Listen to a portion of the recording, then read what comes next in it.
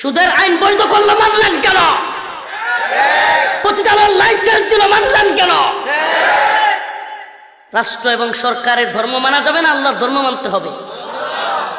এদের যদি গায়ে সিটা লাগে, কাটা লাগে, আরে এরা চায় কি, এরা পায় কি, এরা করে কি? এদের চাওয়া পাওয়া চেতনায় সবকিছুতে হলো পকেট পূজার পেট পূজা, আর তো কিছু না। একদল চায় যেমনি হোক দাঁত কামড়ে হইলেও ক্ষমতায় থাকতে হইব, আরেকটা কয় 15 বছর খাইছস, আর কত খাবি, আমাদেরকে দিন। ঠিক কি ঠিক না?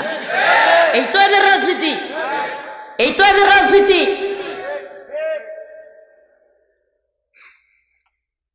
বর্তমান বিশ্বের তথাকথিত মুসলিম নামধারী শাসকদের কিংবা অন্যান্য শাসকদেরও বাস্তবতা হলো এক পাল রাখাল, এক পাল কি বলে ছাগল চালানোর বা বেড়া চালানোর, এক পাল বেড়া চালানোর রাখালগিরি করার যোগ্যতা এদের নেই।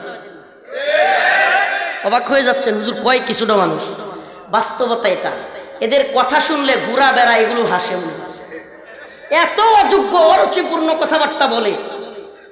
শুধু বাংলাদেশের মনে করিয়েন না, উদাহরণ দিলে বুড়ি বুড়ি উদাহরণ দেওয়া যাবে।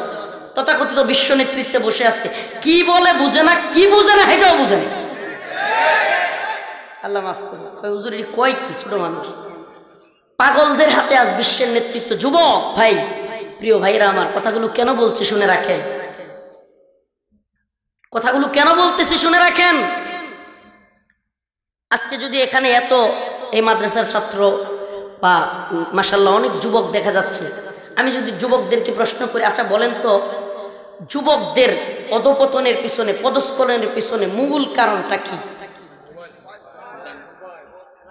উত্তর দিতে পারবে না অনেকেই। আমি বললাম পদস্খলনের মূল কারণ হলো যুবক পশ্চিমাদের চেহারায়, পশ্চিমাদের চোখে বিশ্বকে, দিনকে দেখা শুরু করছে। দিনকে, সফলতাকে, 6 ডিজিটের চাকরি, লাখ টাকার চাকরি, বাড়ি গাড়ি, নারী, এই হলো তার সফলতার মানদণ্ড। উম্মার ফিকির থেকে যুবক নিজেকে গুটায় নিছে।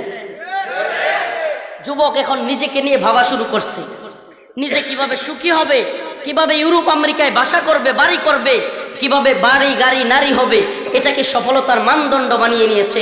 যুবক উম্মার ফিকির থেকে গাফেল হয়ে গেছে।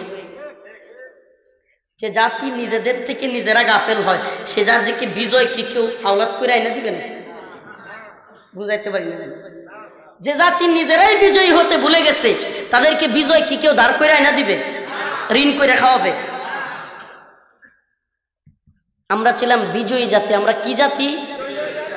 আমরা তো এমন বিজয়ী জাতি ছিলাম যাদের পায়ে জুতো ছিল না, পরনে কাপড় ছিল না, কিন্তু পারস্যের রাজপ্রাসাদগুলো তাদের নাম শুনলে ভয়ে থরথর করে কেঁপে উঠত। আমাদের জুতা ছিল না, আমাদের পরনে দামি কাপড় ছিল না, কিন্তু আমাদের দাওয়াতের মানহাজ ছিল, আমাদের দাওয়াতের আদর্শ ছিল আসলিম তাসলিম, মুসলিম হও, নিরাপদ থাকো, না হলে নিরাপদ থাকতে পারবা না। বাহ, আজকে আমাদের দাওয়াতের ভঙ্গিমা কি? বাবা নামাজ পড়ো, নামাজ পড়ো, নামাজ না পড়লে বেহেশতে যাইতে পারবা না। দিন শেষে পুটলা নিয়া ফিক্কা মারতে চায়। বাহ, এ যেন দিনকে আর লাঞ্ছিত করতেছি। ভুল বুঝবেন না, দাওয়াতের তরিকাকে আমি ছোট করতেছি না, সবগুলোই প্রয়োজনীয়তা, কিন্তু আমাদের অবস্থান কোথায় আসছে সেটা বুঝাইয়া দিচ্ছি। সাহাবায়ে কেরাম দাওয়াতের ফর্মুলা কিভাবে দিতেন পড়েন একটু, প্রিয় ভাইয়েরা আমার, পড়েছেন আপনারা জানেন, আমি জানি ইতিহাস কি বলে। সাহাবায়ে কেরাম বিভিন্ন সম্রাটদের কাছে দাওয়াত নিয়ে যেতেন। আরে হিরাক্লার দাওয়াতের চিঠি পড়েন, আর অনেকের দাওয়াতের চিঠিগুলো পড়েন রোম পারস্যের বাদশাদের কাছে। সুবহানাল্লাহি ওয়া বিহামদিহি। রোম পারস্যের বাদশাদের দরবারগুলোতে হই হুল্লোড় পড়ে যাইতো মুসলিমদের দাওয়াতের কথার দ্বার দেখলে, কথার জাজ দেখলে, পাওয়ার দেখলে। আজ আমরা এত নতজানু হয়েছি, এত নতজানু হয়েছি, কুফফাররা ভয় পাবে তো দূরের কথা। আল্লাহ বলেছেন আইদু লাহুম মাসতাতাতুম মিন কুওয়া ওয়া মিন রিবাতিল খাইল তুরহিবুনা বিহি আদুওয়াল্লাহি ওয়া আদুওয়া। অথচ আল্লাহ বলছেন আমাদের ভয়ে ওরা ভীত হবে। তুরহিবুনা বিহি আদুওয়াল্লাহি ওয়া আদুওয়া, তোমাদের শত্রু এবং আল্লাহর শত্রুরা ভীত হবে। অথচ অবস্থা এমন হয়েছে আমাদের অন্তরে ওহান ঢুকে গেছে, ওহান। আমরা এখন তাদেরকে ভয় পাই। ঠিক কি ঠিক না? আমরা এখন কি করি? তাদেরকে ভয় পাই। শুধু কি ভয় পাই? শুধু কি ভয় পাই? কামান, রকেট, বিমান দেখে বলি বর্তমান পৃথিবীতে সবকিছু দেখতে আছে, কিছুই করা যাবে না। বলি কি বলি না? কিছুই কি করা যাবে না? সেটা তো আপনার আমার কাজ না। আল্লাহ যা বলছেন তা করাই আমার কাজ। কি হবে না হবে সেটা আমি আপনি জানি। কথা কি বোঝা যায়? কথা ভালোভাবে বুঝেন। নামাজের টাইমটা চেঞ্জ করলে আপনার গায়ে লাগে, কিন্তু আল্লাহর কোরআন বলতেছে, আল্লাহর কোরআন সুস্পষ্ট বলে দিচ্ছে, ইন্নামাল খামর ওয়াল মাইসির ওয়াল আনসাব রিজকুম মিন আমালিশ শাইতান। মদ, জুয়া এগুলো হলো শয়তানের কাজ, এগুলো থেকে বিরত থাকতে হবে। অথচ আল্লাহ যেটাকে অবৈধ করছে, রাষ্ট্র এবং সরকার সেটার বৈধতা দিচ্ছে। দিচ্ছে কি দিচ্ছে না? আল্লাহ বলছেন হাল্লাল্লাহুল বাই ওয়া হাররামার রিবা। আমি ক্রয় বিক্রয়কে হালাল করছি, সুদকে কি করছি? হারামের বাংলা অর্থ কি জানেন? অবৈধ। হালালের বাংলা অর্থ কি? বৈধ। প্রিয় হাজিরিন, আল্লাহ যেটাকে অবৈধ বলছেন, সরকার সেটাকে বৈধ করতেছে। বলেন তো, আল্লাহর হালালকে হারাম করা, আল্লাহর হারামকে হালাল করা, এটা কি কুফুর নাকি কুফুর না? আরেকটা ছোট্ট ঘটনা, ওইটাও মনে করছে বলি, পরিপূর্ণ খেয়াল আসতেছে না। কালাম মাছের ঘটনাটা বললাম, একটু বুঝায়, যতটুকু বোঝানো যায় বুঝাইলাম। বুঝাতে পারছি কিনা জানি না। একটা হারাম মাসকে হালাল করত, হালাল মাসকে কি করত? কিন্তু 4 মাস এটা ঠিক রাখত। 4 মাস কি করত? ঠিক রাখত, সংখ্যাটা ঠিক রাখত। এবার আসেন আদি ইবনে হাতেব রাদিয়াল্লাহু আনহু। উনি যখন কাফের ছিলেন, আল্লাহ রসুলের কাছে আসলেন। রাসূলুল্লাহ সাল্লাল্লাহু আলাইহি সাল্লাম তখন বললেন, আদি ইবনে হাতেব বললেন, আমার পরনে একটা ক্রুশ ছিল, খ্রিস্টানদের ক্রুশ, বুঝেন না? ক্রুশ চুলা ঢুকছিল। রাসূলুল্লাহ সাল্লাল্লাহু আলাইহি সাল্লাম আমাকে বললেন, আদি ক্রুশটা ছিঁড়ে ফেলাম। আমি ক্রুশটা ছিঁড়ে ফেললাম। তখন রাসূলুল্লাহ সাল্লাল্লাহু আলাইহি ওয়াসাল্লাম ওই আয়াত তিলাওয়াত করতেছিলেন, ইত্তাখাযু আহবারাহুম ওয়া রুহবানাহুম আরবাবাম মিন দুনিল্লাহ। যে তারা তাদের পণ্ডিতদেরকে, তারা তাদের ধর্মযাজকদেরকে রব হিসেবে গ্রহণ করেছে। এরা কারা? খ্রিস্টানরা। তখন আদি ইবনে হাতেব রাসূলুল্লাহ সাল্লাল্লাহু আলাইহি ওয়াসাল্লামকে বললেন, ইয়া রাসূলুল্লাহ, আমরা তো তাদেরকে সিজদা করি না, তাদেরকে রব মানি না, আমাদের ধর্মযাজকদেরকে বা আমাদের পাদ্রীদেরকে কি মানি না? রব মানি না। তাহলে এখানে যে বলতেছেন আপনি আমরা রব বানিয়ে নিছি, তখন রাসূলুল্লাহ সাল্লাল্লাহু আলাইহি ওয়াসাল্লাম বললেন, তোমাদের ধর্মযাজকরা যা হারাম করত তোমরা কি তা মানতে না? আল্লাহর বিধান হালাল, অথচ তোমাদের ধর্মযাজকরা তা বলতো হারাম, তোমরা কি মানতে কি মানতে না? বলে হ্যাঁ মানতাম। তখন উনি বললেন, আল্লাহর বিধান হালাল, এমন বিধানকে তারা হারাম করত, তোমরা মানতে কি মানতে না? বলে মানতাম। রাসূলুল্লাহ সাল্লাল্লাহু আলাইহি ওয়াসাল্লাম বললেন, ফাতিলকা ইবাদাতুহুম ইয়্যাহুম, এটাই হলো তাদের ইবাদত। কি বলবো, আজকে মজার কথা মনে পড়ে গেছে। ইউটিউবাররা থাকলে অনেক কথা বলতে ইচ্ছা হয় না। আমার শ্বশুরি আমারে বোঝায়, আমার বউ আমাকে বোঝায়, আমার মা আমাকে বোঝায়, আমার শ্বশুর আমাকে বোঝায়। তারা মিটিং কইরা, গরুয়া মিটিং করছে, মিটিং কইরা সবাই মিলে বইসিয়া তারপরে প্ল্যান করে আমার ধরছে, তা আমি যেন এই সমস্ত বক্তব্য আর না দিই। কি বলবেন এবার বলেন? আমি তাদেরকে বলে দিছি, ওয়ালা ইয়াখাফুনা লাউমাতা লাইম। আমি জানি আপনারা নিন্দুক না, কিন্তু নিন্দুকদের কথায় আপনারা প্রভাবিত হয়ে আমাদের কথা বলা বন্ধ করতে চান। কত মাহফিলে বলে আসছে, যে আজকে যে মাহফিলটা, আচ্ছা বলেন তো, আগামীকালকে রাষ্ট্র এবং সরকার যদি ঘোষণা দেয় ফজরের জামাত 5:30টায় না হইয়া সকাল 10টায় করা হবে, কে কে মানবেন? মানবেন না? 5:30টায় না হইয়া কয়টায় হবে? 10টায়। মানবেন না?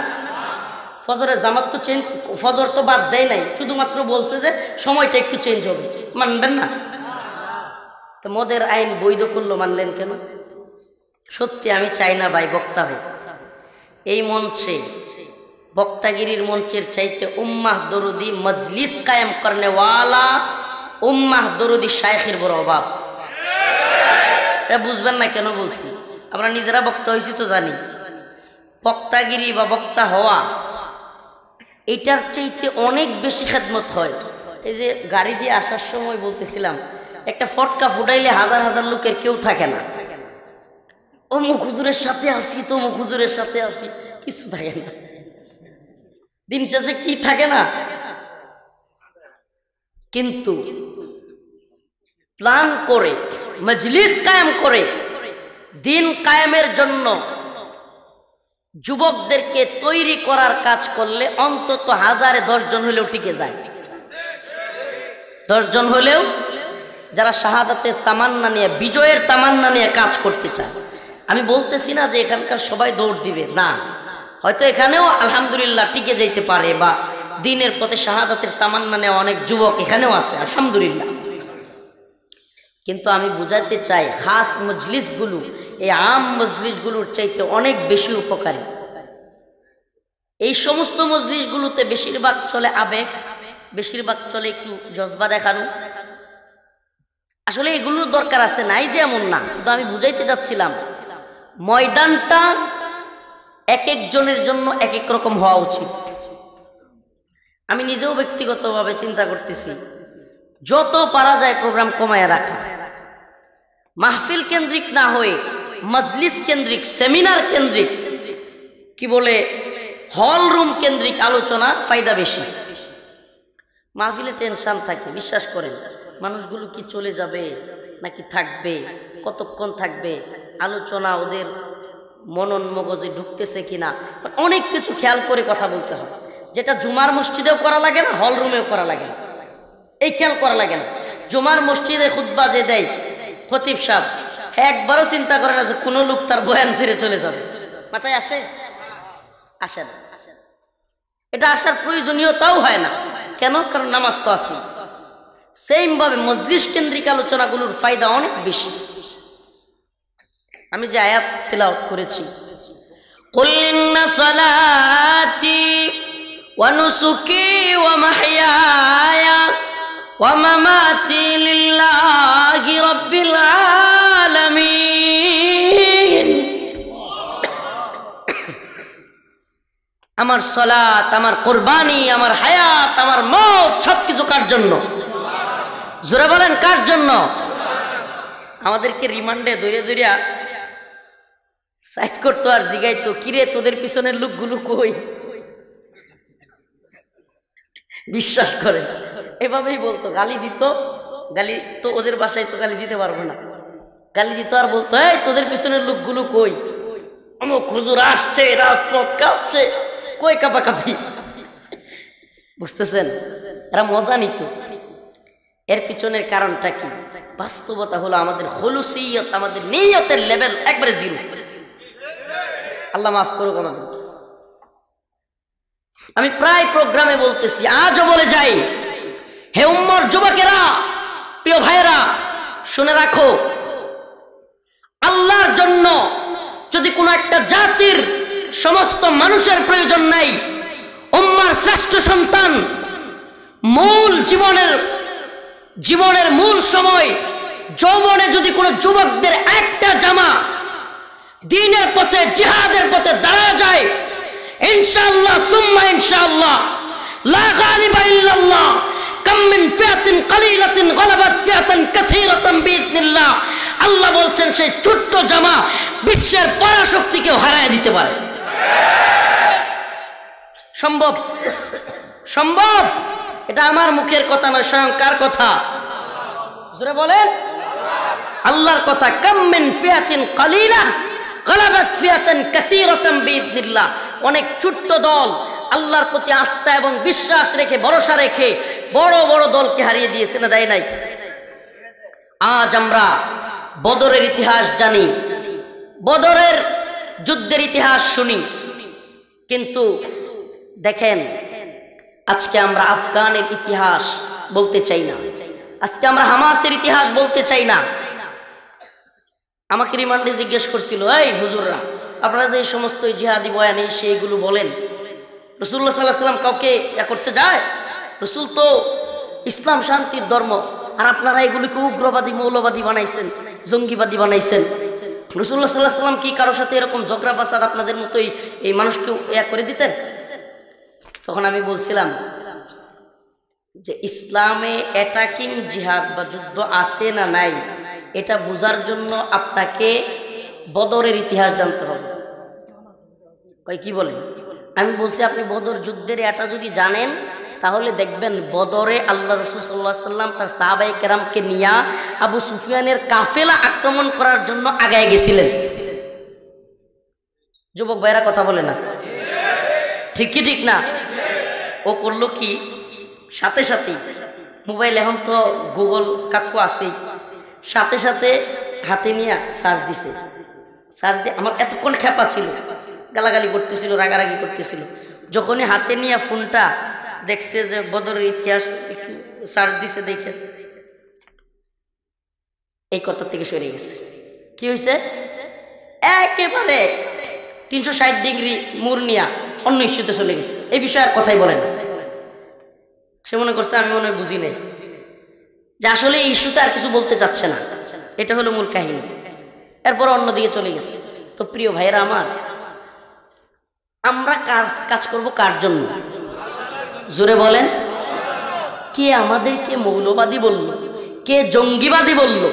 কে উগ্রবাদী বলল? এজন্য কি আমরা চুপসে যাব? আল্লাহ তো মুমিনের সিফাত বলেছেন, ইউজাহিদুনা ফি সাবিলিল্লাহ ওয়ালা ইয়াখাফুনা লাওমাতা লাইম। আল্লাহ তো মুমিনের সিফাত বলেছেন, তারা আল্লাহর পথে জিহাদ করে, ওয়ালা ইয়াখাফুনা লাওমাতা লাইম, তারা নিন্দুকের নিন্দার পরোয়া করে না। অথচ আজ আমাদের অবস্থা কি? আমাদের অবস্থা তো এমন যে আমরা এখন বক্তদের বক্ত হয়ে গেছি। আমি মনে হয় বুঝাইতে পারি। আমাদের এমন অনেক বক্তা, অনেকে তাকায় আছে, হুজুর কথা কি শুনবো, আপনার একটু দেখে নিয়ে। আমি এটা আগের প্রোগ্রামে বলছি, আমি সাথে সাথে যখন রিপ্লাই পাই না বা আমার কথার সাথে সাথে মুখের ভঙ্গি চেঞ্জ হচ্ছে না, তখন আমি বুঝতে পারতেছি কি রে এই ভাইয়েরা করতেছেটা কি। আপনারা কি দেখবেন আরো কিছুক্ষণ? কমন করে গেছে, হুজুর ধরে ফেলছে। এতদিন পরে হুজুরটারে দেখলাম। আচ্ছা হুজুর, এখন বলার দিকে খেয়াল নেই ভাই। তাহলে আমি কি মাইক ছেড়ে দিয়ে কিছুক্ষণ দেখার জন্য দিব নাকি সঙ্গে? বিশ্বাস করেন, চেহারার দিকে তাকাই, এই যে এখন দেখছেন কি সুন্দর হয়েছে, মানে এখন কথা শুনতেছে। নিন্দুকের নিন্দায় আমরা কি চুপসে যাব? এটা কি মুমিনের সিফাত? আল্লাহ মুমিনের সিফাত কি বলেছেন? ইউজাহিদুনা ফি সাবিলিল্লাহ ওয়ালা ইয়াখাফুনা লাওমাতা লাইম। তারা আল্লাহর পথে জিহাদ করে, নিন্দুকের নিন্দার পরোয়া করে না। অথচ আমাদের অবস্থা কি? যে পয়েন্টে ছিলাম, ভক্তের বক্ত হয়ে গেছে। ভক্তের বক্ত আবার কি? এখন শ্রোতারা কি শুনতে চায়, শ্রোতারা কোন বিষয়ে শুনলে মজা পায়, এখন ভাইরাল ট্রেন্ড কোনটা আছে তাই নিয়ে কথা বলি, ঠিক ঠিক না? শ্রুতের পক্ষে কথা বলতে চায়া, নিজেকে জাহির করতে চাওয়া, এবং শ্রোতারা যেটাকে অপছন্দ করে, মানে আমার নিন্দা হবে কিংবা ফেসবুকে আমার সমালোচনা হবে, আমাকে নিয়ে বিতর্ক হবে, এইটার ভয় এড়ায়া চইলা কথা বলে, ঠিক কি ঠিক না? এটাকে বলে ভক্তের ভক্ত হয়ে যাওয়া। 10 জনে মিলে বলতেছে, হুজুর কমেন্ট করতেছে, হুজুর এটা আপনি কি বলছেন, এটা না বললে মনে হয় ভালো হইতো।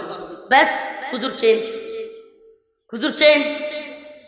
100 কমেন্টের মধ্যে 20টা কমেন্ট করে গেছে, হুজুর এই কথাটা মনে হয় এইভাবে না বললে ভালো হয়। ব্যাস, হুজুর চেঞ্জ। কাহিনী কি? হুজুরের মেরুদণ্ড দুর্বল। হুজুরের মেরুদণ্ড কি? দুর্বল। হুজুর কাজ আল্লাহর জন্য করে না। আল্লাহি কেউ মনে কিছু নেবেন না, আল্লাহ মাফ করুন। আর আমাদেরকে এখানে 1000 লোক, 1000 লোক হইলে 999 জন যদি আমার কথায় উঠে যায়, 999 জন উঠে যাইতে পারে। আমার এমনও প্রোগ্রাম আছে 70 লোক উঠে গেছে, আমি বলছি তোমাদের উঠে যাওয়া দিয়ে আমার একটুও যায় আসে না। তোমার বিরুদ্ধে গেলেই উঠে যাও না, তুমি ইসলামের কথা শুনতে আসছো। তুমি তো ধর্মান্ধ, কি বলে, তুমি তো দলান্ধ। তুমি তোমার শায়েখ, তোমার পীর, তোমার যে পছন্দের আলেম আছে তাকে ছাড়া, তার কথা ছাড়া তোমার মগজে যেই দিনকে লালন করো, মানে দিনকে নিজের মন মতো খায়েসাতের সাথে মিলায় নিছো, এটা ভালো না লাগলেই তোমার গায়ে সিটা লাগে, ফোঁটা লাগে, কাটা লাগে, তখন তুমি শুনতে চাও না। আশ্চর্য অবস্থা। দিন তো এমন না। দিন তো আমি যেটা শুনতে ভালো লাগে না সেটাও শুনতে হবে, যদি দিনের কথা হবে। আমার যেটা মানতে ভালো লাগে না সেটাও মানতে হবে যদি দ্বীনের কথা হয়। ঠিক কি ঠিক না? আর এই সমস্ত কাজে সবচাইতে কঠিন হলো ওয়ালা ইয়াখাফুনা লাউমাতা লাইম, নিন্দুকের নিন্দার পরোয়া করা যাবে। IUB media